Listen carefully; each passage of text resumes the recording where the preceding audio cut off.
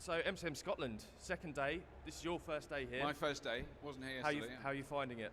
I think it's fair to say I've been quite busy this morning. Have you? It's been non-stop. I did see the queue there. What lovely people. Excellent. Really nice. Everyone's so sweet, and it's really nice to come It's to. not your first MCM event, but No. in terms of expectations, is it exactly what you it's expected? right up there. It's right up there with the top class events globally. Brilliant. I'd say. Brilliant. Well, obviously, welcome. You're here. Everybody knows you. You're very well known for playing Crichton on the series Red Dwarf. People know you best for that, and you started actually from season 3. Yep. Not necessarily everybody knows how you may have come into it, but you're performing at the Edinburgh Fringe Festival, weren't you, initially? I was just down there. In fact, the first performance of that show was in the Tron Theatre in Glasgow. Wow. Oh yes, ladies and gentlemen. Little nugget of information So there. my journey into Red Dwarf started in this city in 1988. And you're still here, and you're still in Red And I'm Dwarf. still back. I can't believe that I'm back here because of that. Yeah, isn't it extraordinary? Yeah, It's incredible, yeah. and obviously looking at the various range of people that were queuing up for yourself. You've been involved with Red Dwarf for over 25 years now. Yeah. You're still going strong. Just Yeah. about to release Series 11. We're about to start making it. Yeah. Series 11. Yeah. Sorry. I'd quite like to release it now. It'd be good. It'd be good. Get it out. We'd have to go through a rend in the fabric of space and time in order to do that. No, we start recording in the end of October. Brilliant. So we're getting ready for it. I've had my head measured for my new mask. Fantastic. And the new mask is sweet, ladies and gentlemen. Let me tell you, it's the best Crichton mask in the history of robotics. in terms of the mask, you obviously there's going to be an element of having to sit in a makeup chair for a long time. Have over the years have they honed that down to whittle it down to just a couple of hours? They have. It's improved. So the first year I did it, 89, it was 5 hours. I'd have to sit in the makeup chair for 5 hours in the morning, which quite often entailed me getting up so early in the morning. It was when Craig and Dan were coming back from a night clubbing in Manchester. Brilliant. And I'd meet them in the lift, and Craig would say, "Hey Bobby, come up for a drink, man." And I was on my way to work when they were just coming back. So yeah, that was. So they'd have a sleep. They'd have a sleep. Come back. You'd still be in the chair. I'd still be in the chair many hours later when they woke up. But that was. But it's much better. So it's now about 2 hours.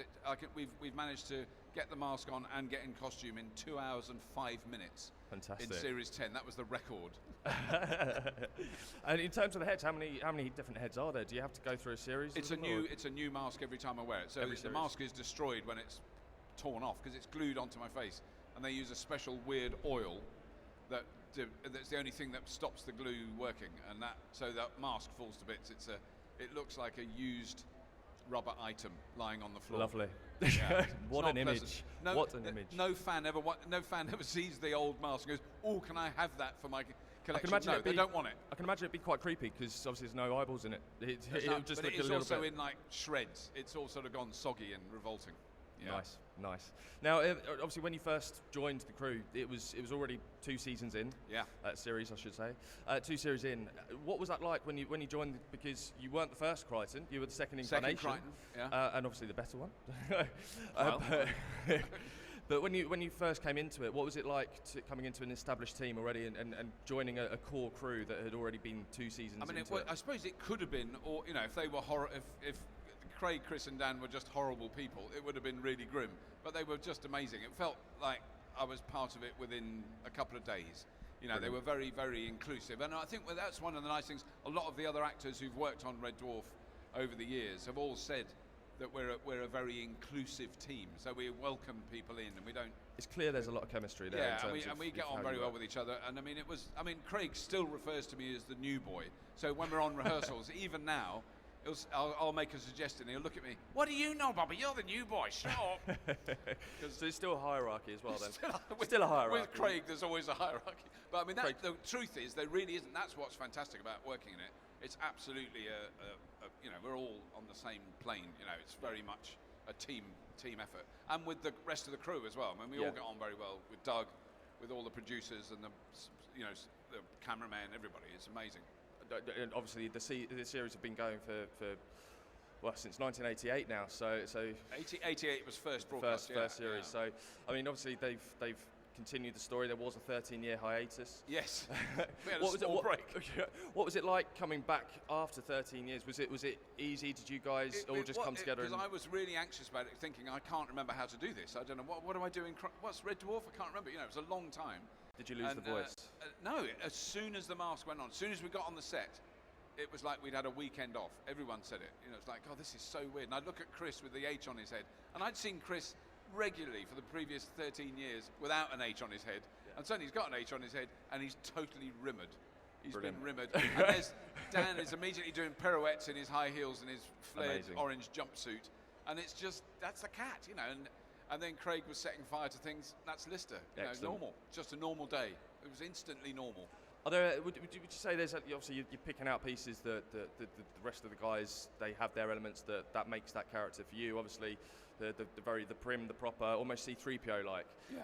When you first started to create the Crichton character, did you try to bring in elements and using other androids and mechanoids as a reference point? Well, I mean, it was, in a sense, it was the opposite. So it was trying to do something that wasn't like C-3PO or R2 or Marvin the Paranoid Android, because that was such a brilliant robot. Yeah.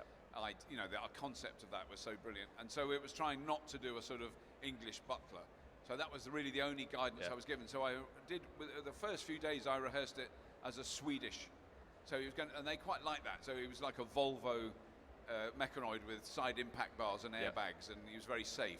Fantastic. And so he spoke like that. That was how Crichton was speaking.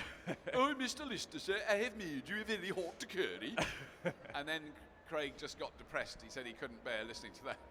So you had to change it. I tried an Afrikaans. Crichton. Wow. That didn't work. So how many incarnations were there? We tried a lot of different things. And a lot of brainstorming. And the annoying thing was, because I quite wanted to do a Welsh accent, having 3 of my grandparents very Welsh, who spoke Welsh. I can't even do a Welsh accent, and I'm really ashamed. Because it would be great if he was like a Welsh robot. How are you? Lovely. Doesn't sound too prim and proper there, though. No, it doesn't sound too prim and proper. Work too well. So I'd been in Canada. I spent a lot of time in Canada the year before I started on Red Dwarf. So that was supposedly a Canadian accent, which it really isn't, as many Canadians have told me. Yeah. I guess the beauty as well is with the character, because he's a mechanoid. He's got the program in him. It gives you that freedom. If you need to change anything, you can do it, and it could be programming. Actually, that's the point, because we never have done that. But in a way, it would be quite nice if he suddenly changed his voice completely. Absolutely. Is there anything that you, obviously with series 11 and 12 already confirmed, you're going to obviously start shooting series 11. Is there anything that you would like to see Crichton do, or any elements that haven't already been done by Crichton or shown by Crichton that you'd like to introduce? I mean, one of the exciting things is always when we read this. We haven't read the script yet, but when we do, that's in a sense for us when we see them. You know, like when you watch them when they go out. So that I'm really looking forward to that. We haven't read them yet. I mean, the one thing I've begged Doug for many years is to have somehow come up with the idea of a baby Crichton, which will be a glove puppet that I would be holding, and was a little, little baby Crichton, just because Crichton wants to be a dad. Yeah, he's that parenting nature. But then it would obviously then be a teenage Crichton and just tear the place to bits. And that's not that's based on my own experience with my own lovely son. Of course. Who's now matured, and he's 22, and he doesn't set fire to much anymore. Oh, right, brilliant. He's much, much better. He's not trying to be Lister, essentially. No. Well, no, but there are Lister-like elements, and he gets on with Craig very well. Brilliant. So there's certainly he's influenced him. Yeah. Now, in terms of sort of the standing the test of time, Doctor Who, we've seen Doctor Who stood the test of time. Yeah. Red Dwarf, well up there as well. What is it? What do you think it is about British sci-fi programs that stand the test of time and makes them? It is a peculiar. I think it's. In the case of Red Dwarf, so much down to the writing. Yeah. And Doug always says it's not just the writing. I couldn't write it without the cast, which is very sweet of him. But I mean, that's what's held up over the years. That's what allows you to watch them again and again, because the writing is so beautiful and it's so hard to learn. And I just thought it was me being rubbish at learning lines, which is true. But then proper actors who've been in the show, like as a guest star just once, have all had real struggles learning the lines, because they're so uniquely and unusually written that they don't have any of the sort of cliches that you can, I know that bit, so I just need to learn that bit, and then there's another cliche. They're cliche free, Brilliant. And they are such hard work to learn, but when you get them right, they are brilliant. And that's the joy of it, really. That's what's kept me interested, is the quality of the writing. You actually wrote one of the episodes in one of the series. I helped write. You helped write. I wrote the first 36 drafts. Wow. Okay. and then Doug did some other writing. But the opening of that, so I wrote an episode called Beyond a Joke in Series 7. And the opening 10 minutes, which is where the cast go back to Jane Austen world, have tea in Mr. Bingley's gazebo, and then Crichton gets angry and gets in a tank from a World War II game and blows them up. I wrote that because I met a guy who owned a tank. I wanted to get in there. I said, can we use your tank in Red Dwarf? He went, yeah. So it wasn't from Scrappy Challenge? It wasn't from Scrappy. No. That was pre-Scrappy. Pre-Scrappy. But it was an amazing tank. Russian tank. T-72. Amazing. Yeah. Fully functional. With a diesel rotary engine, for those of you who are interested. Yeah. Now, it's well known as well that you're into your electric cars and obviously renewable energy. There's quite a theme around mechanisms and engineering. Has that always been a passion deep inside you from kidulthood, childhood through to adulthood? Absolutely, yeah. No, I mean, it's always been something I'm really interested in. I learned to drive when I was about 11 in a go-kart that I helped my brother build. I've got an older brother who actually builds Formula One cars now. So he's like a proper engineer. Yeah. He doesn't talk about it, as he always says to me, I don't talk about it, I just do it. Fantastic. So he can actually build things like engines and gearboxes and axles. Amazing. He's amazing. But so I learned a lot from having an older brother like that. I was always interested in it, but then and Scrappy was definitely the kind of culmination of that, where finally, through with a lot of other very clever people, found a way of being able to do that. Part work. Yeah, it went all right. It did all right, Scrappy. Brilliant. Now, almost time to finish up, but one thing I'm sure a lot of people want to sort of find out a little bit more now. Obviously, 11, 12 coming up, maybe future shows after that, maybe. But what, in your mind, would be a fitting way to end it? When it finally reaches the end, what would you like to see as a fitting conclusion for the Red Dwarf crew? God, I think because in a sense Rimmer and Crichton are immortal in traditional humanoid terms. Yeah. I quite like the idea of Crichton just sweeping a moon with a broom on his own. He's been there for 7.5 million years, and it's still untidy. and you gradually pull out, and you see that's on a moon, and then there's another planet 100,000 light years away, where Rimmer's just marching round, wishing he had an army. I think that would be completely alone, and that's it. I think that'd be a fitting end. I think that'd and then be a giant sun expands and consumes both of them. Yeah, that would be a good ending. Brilliant. Now finally, we've got a very quick little giveaway. We'd like to pick 4 people to come up, but we're going to have I'd like to request we do a Rimmer style, a Crichton style smeg-off. All right, a smeg-off. Now a lot of people know that that it sounded a little bit wrong. Ladies and gentlemen. It's well known that obviously Crichton has trouble saying the word smeg head. It's very difficult for him. Just so we know, before we pick them up, could you please do a Crichton smeg head?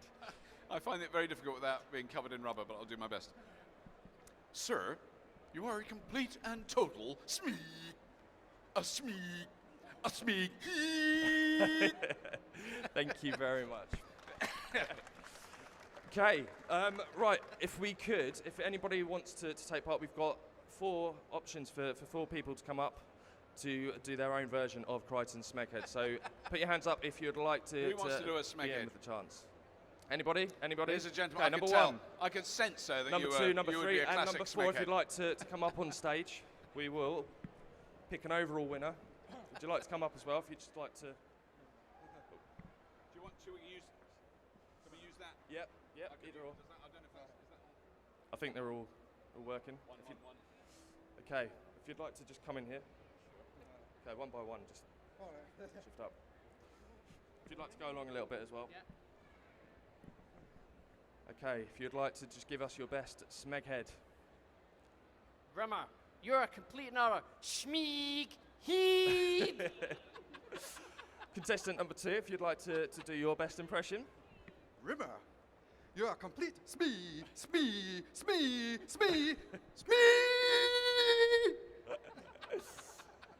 Contestant number 3. Mr. Wimmer, sir, you are a total smee. And finally, number 4. Mr. Rimmer, sir, you're a total nutter. Smee.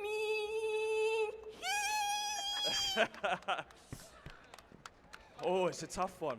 It's a tough one. They're all brilliant. They're all brilliant. How on earth do you choose? We need one winner though.